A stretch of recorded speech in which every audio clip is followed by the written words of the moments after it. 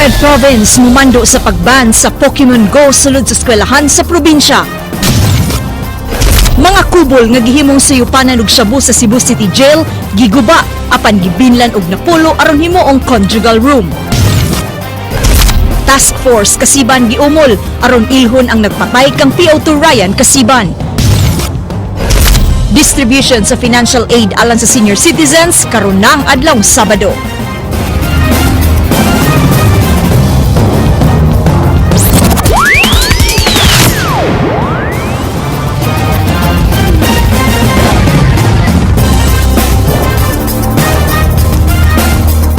Maayong hapon Subo ug Kabisayan.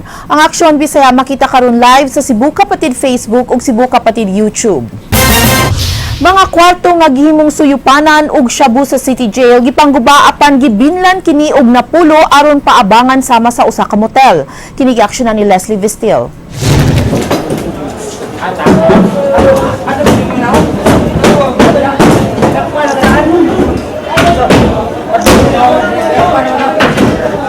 Sa paglingkod sa bag-ong jail warden sa Cebu City Jail, puli kang Superintendent Johnson Calob, gipaguba dayon ni Superintendent Jesse Kalumpang ang mga kubol-kubol sud sa prisuhan. Matud pa ni Kalumpang, gihimo ang mga kubol-kubol nga gigamit nga personal rooms sa mga high-profile inmates o gihimong suyupanan og shabu.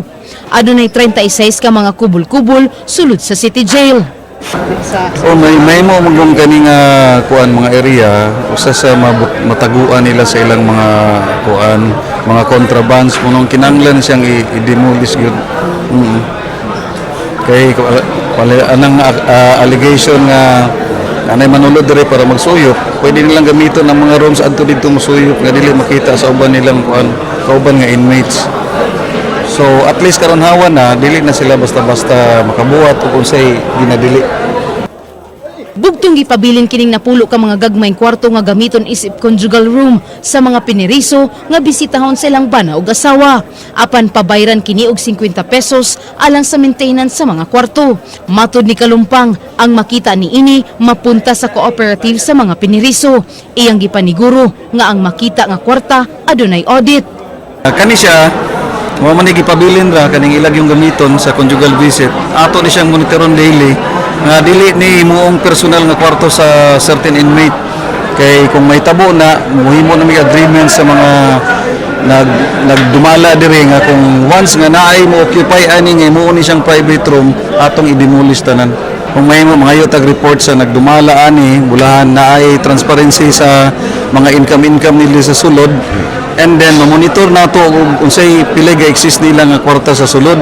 And never na nato na i-allow nga pohon o mukandak na po grade ang PRO7 dili na makita tong milyones nga pertindaganang kwartag diindugikan. Ato na gyud na siyang i-prevent.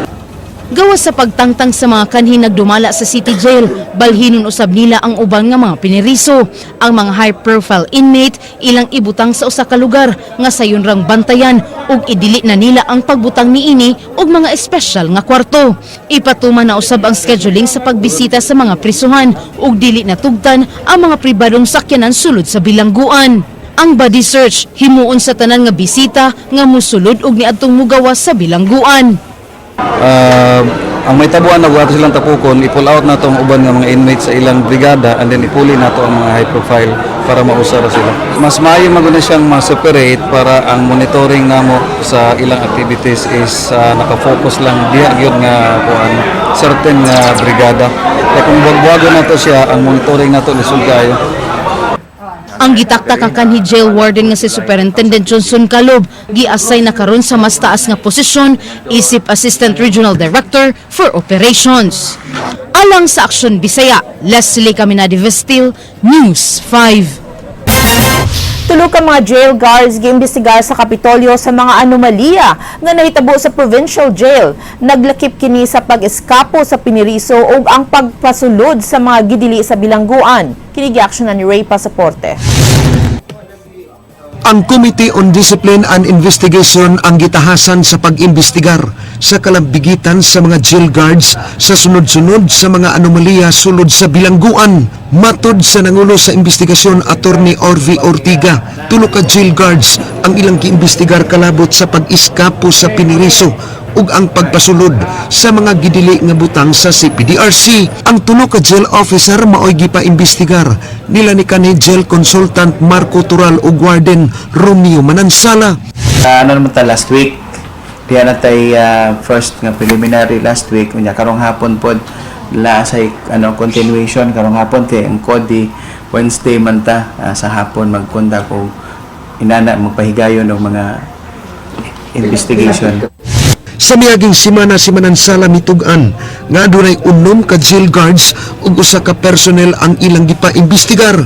Giapil ni Manansala ang gwardya sa GDS Security Agency apan matod ni Ortiga wa sila'y labot sa private security agency kay di sila mga empleyado sa Kapitolyo. Akong gingas si Mr. Manansala nga kining sa kitong sa security guard sa GDS dili wala tay diri sa kodi ana kanang murag jurisdiction, so it will be between kining sa CPDRC or sa TUA ngadto sa GDS. So ang natay jurisdiction nga atong maimbestiga nga empleyado ang kato mismo ato ang jail guard. Matod ni Ortega wa maapil si Manansala sa pag-imbestigar kay walay nisangat og reklamo bato kaniya. Si Manansala miresign na usab sa pagka-warden ug gi-assign balik sa Civil Security Unit sa probinsya. Sa kodi magpabot mi og directive, and then I was just explaining kanang pinaka severe nga penalty ma-impose namon diri because this is only administrative investigating body, is only dismissal from the service. Alang sa Aksyon Bisaya, Ray Pasaporte, News 5. Mga personahe sa Mandaue City Health Office mipahigayon og misting operation sa CICC kaganiha. Kini human masuta nga dunay usa ka kaso sa dengue sa naasoy nga lugar. Si Jinky Rosit sa report. Sa kapin 2,000 ka mga pamilya nga biktima sa sunog sa barangay Mantuyong ug Gizo nga naa karon nagpuyo sa CICC, usa pa lang ang gikatahong nagpositibo sa sakit nga dengue. Gikumpirmar sa camp commander sa CICC nga usa ka 2 anyos nga batang lalaki ang nagkasakit karon og dengue ug padayong gitambalan sa Vicente Soto Memorial Medical Center. Ang iyan sa bata nga si Karen miingon nga kalit lang gihilantan ang bata nga milanat og 4 ka adlaw hangtod nga nagdugo na ang ilong niini. Tao nga duwa siya tubig Sabado. Din paghuman ato natug ang bata, din paggabi ato nangatug na, din diha siya init na kay siya gilanta na siya mayo. Din lakat na siya pila ka adlaw ang bata, nag-anam na siya usa ka semana, luya na kay siya ba na anam siya kadaot na lusot. Tungod sa insidente, daling mipahigayon og misting operation ang mga sakop sa City Health Office ug ang Bantay Mandaue sa CICC compounds. Gamit ang bag-ong misting machine, gibumbahan nila ang mga posibleng puy-anan sa mga lamok palibot sa CICC. Sagad sa gibumbahan, mao katong mga stagnant water ug ang mga limaw kilid sa mga balay. Si Nay Luciana nalipay sa inisyatibo sa city government. Ba, kay simba ko lang kay naay ra ba taw ko mga apo diri 5 ka buok. Yan hitabo sa ni ma'am nga naay na dinggi na didto ba sa kamto na dinggi gyud ang ilang kuan kay namay ning gawas nga dugo sa ilong ug sa dunggan. Nya ang kanilang gibuhat ma'am mas labi maayo gyud nga ngayo mi kanang pasalamat nila nga ilan ang ang camp leaders na to nana sa mga members sad nga mga clean and green sa ilang kada kampo. Yeah, sila na mo initiate sa cleanliness drive nare sa kada. Si Dr. Edna Seno nga mikuyog sa area miingon nga base sa iyang nakita, posibleng daghang lamok ang maong dapit ug delikado sa mga sakit. Sa pinakaawahing tala sa Department of Health 7, ang syudad sa Mandaue mo ikaduha sa listahan nga mitala og 12 daghang kaso sa dengue. Sigon sa City Health Office, importante ang pagpahigayon og mga misting operation labi na dinhi sa CICC diin daghan ng identified nga mga breeding sites sa mga lamok. Kini aron malikayan nga dunapay masakit og dengue dinhi sa mao nga area. No amount of misting can equal cleanliness. And as far as we can see and everybody can see, it's very much wanting here, and that's what we want to improve. Gawas sa dengue, mitala sa Bang City Health og mga cardiovascular disease sama sa pneumonia diha sa CICC grounds. Alang sa Aksyon Bisaya, Jinky Rosit, News 5. South Bus Terminal pabutangan sa sangguniang panlalawigan ug lugar alang sa mga V-hire tungod sa kalayo sa terminal niini sa Mambaling. Apan ang nagdumala sa terminal mipadayag nga walay ni duol kaniya alang sa paghanyo niini. Kinigiaksyonan ni Ray Pasaporte. Giawhag sa Hunta Provincial ang tagdumala sa Cebu South Bus Terminal Joey Herrera nga magahin og lugar aron himuon nga parking area sa mga V-hire. Ang resolusyon nga gipangamahan ni board member Glenn Bersede. Pagkakaron, mga minibus ug bus nga magdahian sa bagatang bahin sa probinsya sa Sugbo mao lang ang makaparking sa sulod sa South Bus Terminal. Matud sa resolusyon, sayon alang sa mga sumasakay gikan sa downtown area kaysa terminal sa V-hire karon nga anaa sa barangay Mambaling duol sa SMC side.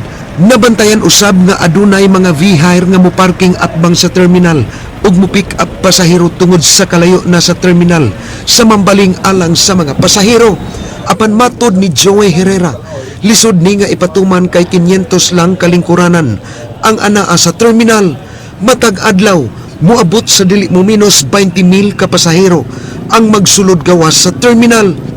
Ako siguro ng studyuhan karon onya in consultation pod sa mga bus operators nga anaa dire tungod kay bisan sila mismo sa pagkakaron puno naman jud. Apan dili man ko mo diretso og baliban ni ani nga resolution, but I have to make a study with regards to ma-accommodate ba na ang resolution ni board member Bersede. Matod ni Herrera, walay mga sakop sa board member ni duol og nipahibaw kaniya nga mohimo sila og pakisusi sa kahimtang sa terminal. Wala usab mo duol kaniya ang mga operator sa V-hire. Nagplano si Herrera ipatawag ang tanang operator sa bus ug minibus karong simanaha aron hisgutan ang resolusyon ni Bersede. Mas may pa-call siya for public hearing. Anyway, kung tugot dyan ang tanan, then wako'y mahimo but to find a way nga ma-accommodate na. Alang sa Aksyon Bisaya, Ray Pasaporte, News 5. Mga biktima sa sunog sa barangay Pahak, Dakbayan sa Lapu-Lapu ana paghihapon sud sa Pahak Elementary School samtang reblocking sa area gitun-an na sa LGU. Kinigiaksyonan ni Jinky Rosit. Ana karon sa ikaduhang adlaw din hisod sa Pahak Elementary School ang mga biktima sa sunog sa barangay Pahak, Dakbayan sa Lapu-Lapu nga miulbo Lunes sa gabii. Nag-una nilang panginahanglan mao ang mga sinina, banig, habol, gamit sa pangluto ug pagkaon. Matod sa City Social Welfare Officer nga si Ermelita Digamo, bisan og duna sila'y pondo, apan andam gihapon mudawat ang ilang buhatan og mga donasyon alang sa mga biktima nga miabot na og 1,500 ka mga individual. Gihikay na sab sa CSWD ang hinabang pinansyal sa mga biktima sa sunog nga dako og matabang alang sa pagsugod nila og pagtukod og laing Pinoy-anan. Kompleto na ang mga paper requirements, pero as of this time, sige-sige pa ta sa interview, wa pa ta makahuman. Plano hinuon sa City Disaster Risk Reduction Office sa syudad sa Lapu-Lapu nga ipaubos sa reblocking ang nasunog nga area. Kinihuman masuta nga usa sa mga rason nganong nadilatar ang pagpakgang sa pag-ulbo sa kayo mao ang kahagipot sa dalan sa maong area, di naglisod o penetrate ang mga bombero. So ato propose nila is to reblock the area batangan o karsada, which is involved nila na donate sa certain portion sa ilang property to the government aron nga dedicate na siya para karsada na makasood na ang mga emergency vehicle. Hangtod ron 24 oras nga naka-standby sa eskwelahan ang Philippine Red Cross Lapu-Lapu City Chapter aron mutubag sa medikal nga panginahanglan sa mga nasunugan. Nang apod-apod sab sila og mga jerry cans og health kit nga mahimong magamit sa mga fire victims. So far karon wala pa man, mga ginagmay lang katulang ilang mga nasamad lang sila during sa noon. Wala na gitret nato ang alang sa mga hinabang mamahimong moagi sa buhatan sa CSWD Lapu-Lapu City Hall. Alang sa Aksyon Bisaya, Jinky Rosit, News 5. Ang kahinay sa korte gibaso sa opisyal sa BJMP nga hinungdan sa paghuot sa mga prisuhan. Kinigiaksyonan ni Leslie Vistil. Mukabat na sa 3,101 ka mga piniriso ang naghuot sud sa Cebu City Jail nga adunay capacity nga 600 ka mga piniriso. Nakita ni Jail Warden Superintendent Jessica Lumpang ang kakuwang sa mga judges og korte aron desisyonan ang mga kaso sa mga piniriso nga dugay na silang prisuhan. Matud niya, hilabihan kahinay ang disposisyon sa mga kaso sa inmates. Hinungdan nga ang mga daan na abta na lang sab sa mga bagong inmates. May resulta kini sa paghuot sa mga inmates nga nagsinardi na silang pagkatulog. And nakita na po na sa tuwang mga labaw sa National Headquarters nga mao gini siya. Hopefully, maka-coordinate sa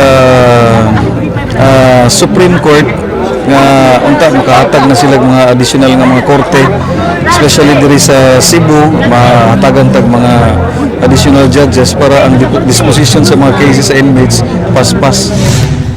Usa sa mga magpamatuod nga hinay ang sistema, mao kining 77 anyos nga si Tatay Federico Fianyar nga taga-Ibabaw Mambaling.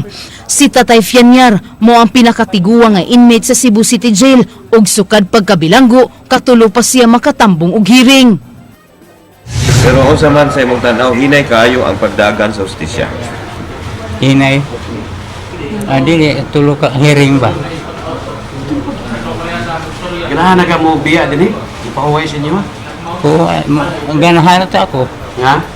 Mapuway sa mo.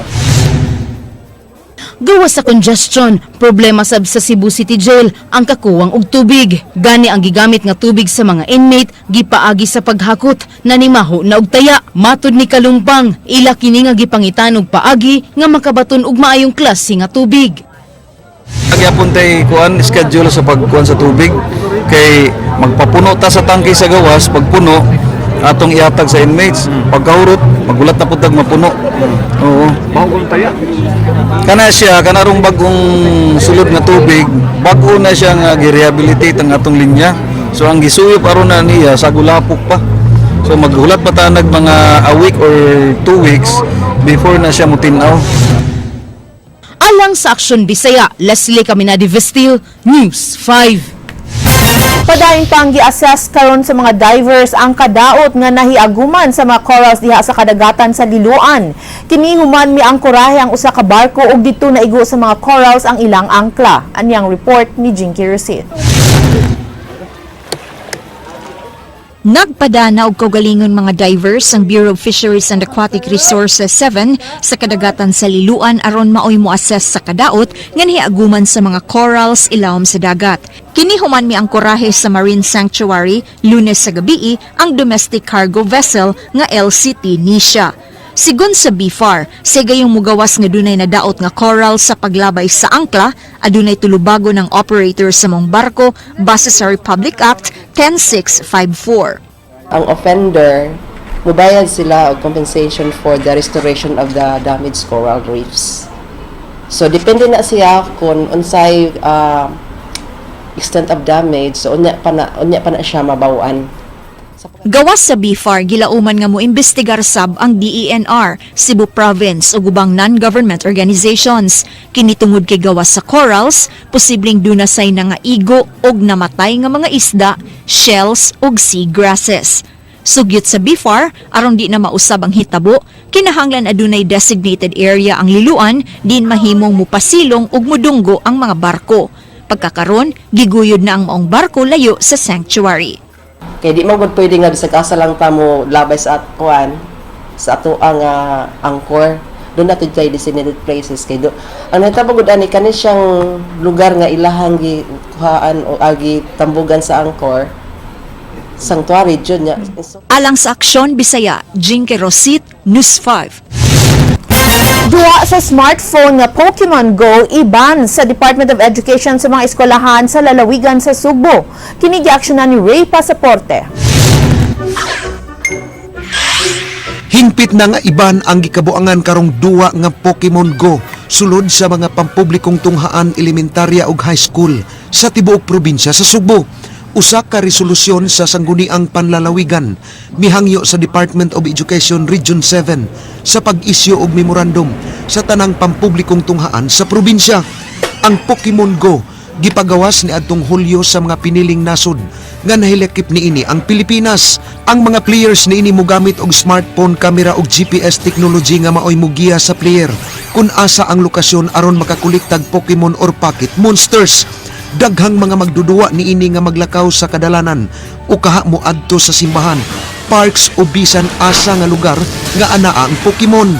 Matud sa resolusyon nga gipangamahan ni board member Glenn Berside, peligro sa kinabuhi sa tao ang duwa ug dunay namatay samtang nagduwag Pokemon Go. Giklaro sa DepEd Province, duna sila'y palisiya nga nagdili sa mga cellphone sulod sa classroom. Katong amoa is dili pwede magdala og cellphone during class hours man. But this time kining sa provincial capital nga gi-issue is within school premises yun. So di ka pwedeng magduwa sa imong cellphone, magduwag Pokemon diya sa inyong eskwelahan. Quadrangle, school premises man yun. Within the perimeter fence, so sa to padili ka pwedeng moduwa. Giangkon hilig nga problema kini sa mga dagkong eskwelahan nga mabantayan ang tanang estudyante nga magduwa og Pokemon Go. Matud ni hilig nga atol unya sa Parents Teachers Association meeting, ilahang ipabasa ang resolusyon sa Hunta Probinsyal ug ang memorandum sa DepEd. Directives namo nga during PT meetings tanan nga mga DepEd issuances nga moapektar sa mga kabataan ila jong i-disseminate. In fact, mangayo mig minutes nila sa ilang meeting. Nga i-submit na siya sa division office as evidence nga ni-comply sila sa directive sa opisina. Kanang dili jud siya kanang totally nga giban, siguro sa sod lang gid sa kunting klase lang gid siya nga kuan. Period. Sa elementary man, so walay cellphone ang mga graders. So, dili sila kaduwa kay wala man sa internet dito. Alang sa Aksyon Bisaya, Ray Pasaporte, News 5.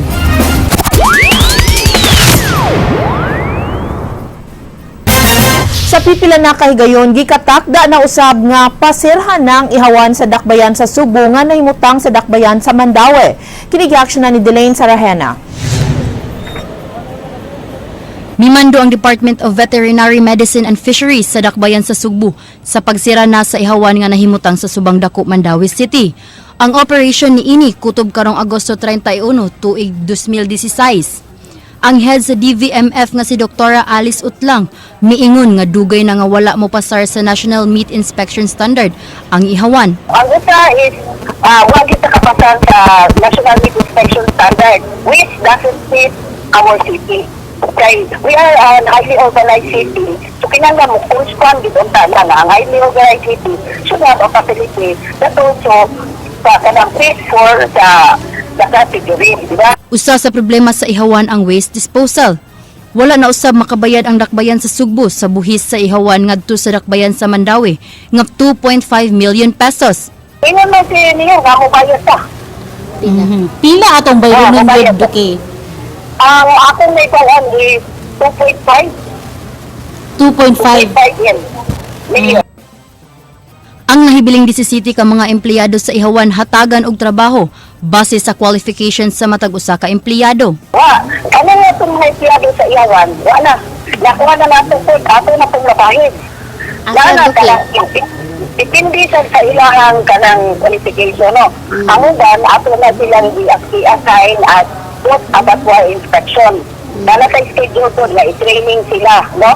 Kanang sa food abattoir inspection, sa checkpoint, kay kada area sa ato kang pangalog inspector, mga mo siya nga inihaw, ato i-check kung tinuod ba na kanala ihaw ba yun sa ihawan. Nagpaabot na lang sila sa order ni Mayor Tomas Osmeña alang sa hingpit nga pagsira sa ihawan. Adunay plano ang Cebu City Government sa pagtukod og ihawan sulod sa Cebu City area.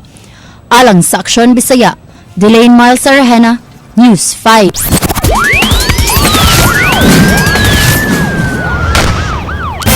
Usa ka gila nga pusher kinsa kaduha na mi-surrender napatay sa bypass operation sa kapulisan sa Mandaue City. Kini-action na ni Nino Libona. Ari. Nagminatay sa hilak ang mga kabanay sa lalaking napatay sa mga sakop sa City Anti-Illegal Drugs Operation Task Group sa Mandawi City. Suway kining misukol sa mga pulis atol sa bypass operasyon nga gipahigayon pasado alas 7 kagabi didto sa sitio Latasan, Barangay Labugundak, Bayan sa Mandawi. Ang napatay diha-diha giila nga si Ariel Bourbon, 31 anyos nga nagpuyo sa maong lugar. Kinsa nakaangkon og samad pinusilan sa iyang ulo.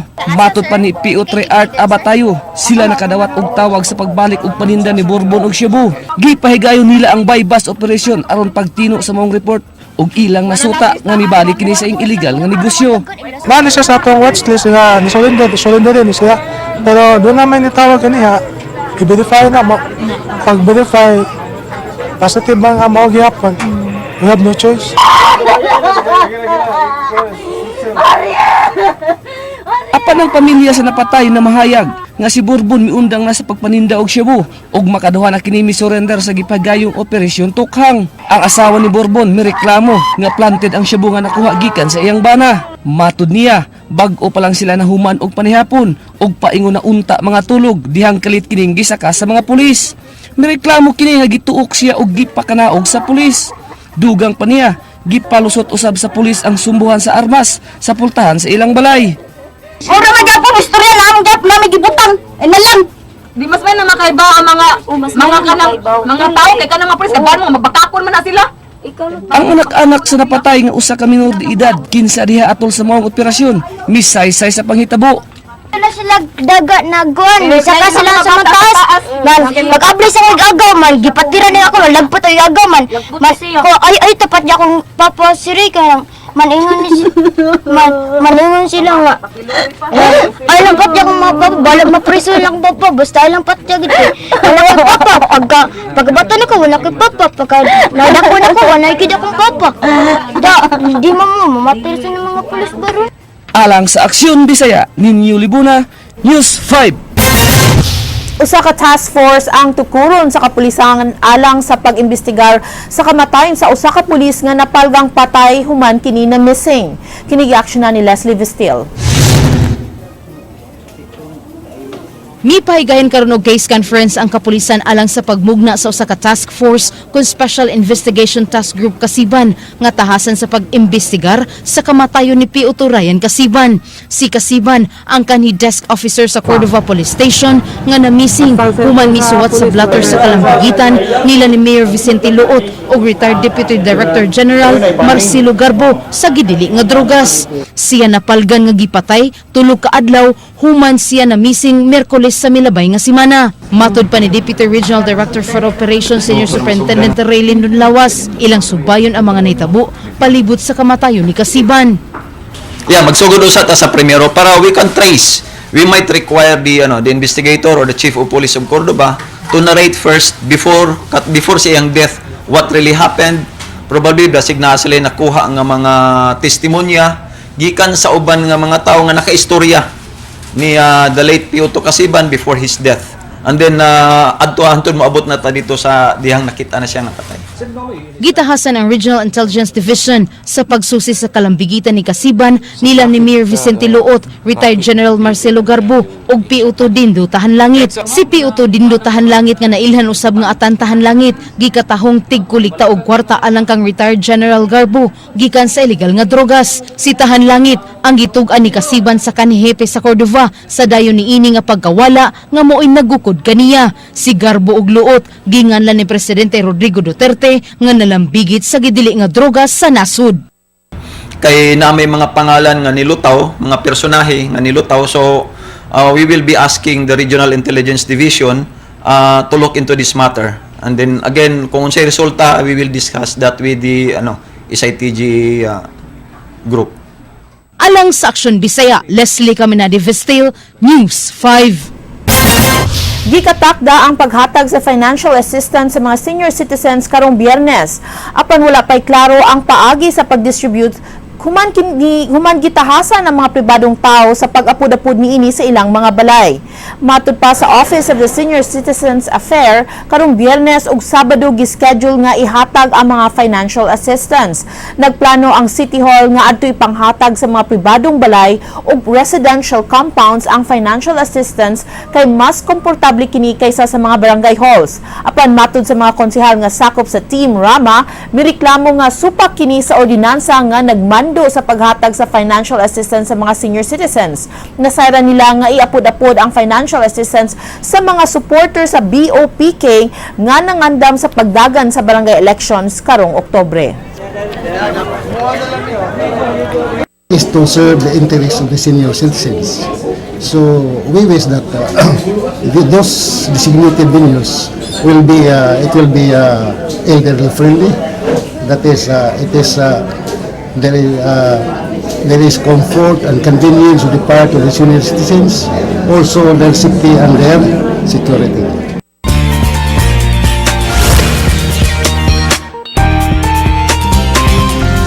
Happy day mga igsuon! Kung pagpangopya o ang pag-clone sa mga butang ang hisgutan, why imposible niini sa China? Gani, mapabilib yun ang kadaghanan sa fake Apple stores nga naa sa maong nasod. Apan ang mas makapanghingang mao ang paggamit nila og body doubles isip substitute criminals o kung mas naila didto isip Ding Zue. Ani ang report. Sa China, matud pa, pwedeng malikayan sa taong mga adunahan ang pagkabalhog sa bilangguan pinaagi sa pag-hire nila og body doubles. Uso na sa maong nasod ang giingong substitute criminals o kung mas naila didto isip Deng Zue. Giingong ang mga substitute criminals ang mapreso ug mapahamtangan og sentensya ug dili ang tinuod nga naghimo sa krimen niini. Sa maong paagi, mangita og tawo ang kriminal nga pwede niyang bayaran aron maoy moangkon sa krimen nga iyang nabuhat ug magpaila siya nga mao ang taong gigukod sa balaod. Gani, unang nibuto kining maong balita sa mga adunahang kriminal ni adtong 2012. Human giliti si Go Kylie apan gisuwayan kini pagtago sa publiko sa mga otoridad aron dili sundon sa kadaghanan. Aduna sa ilaing kaso sa body doubles ubos sa pagkatawo ni Ni Ho Bin. Di na matud pa katingad-an nga sa umaabot nga mga katuigan makahimo na ang China og pag-clone sa mga tao.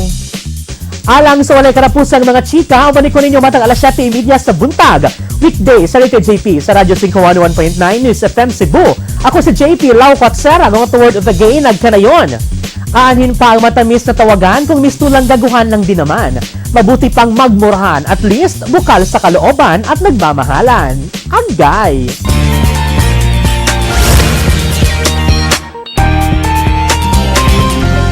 Ug mga kadto mga balita sa Aksyon Bisaya, mga balita nga pundasyon sa ligdong opinyon ug konkretong solusyon. Ako si Georgia Herrera. Bisan asa, bisan kanus kapatid, kay di lang kutob sa balita, Aksyon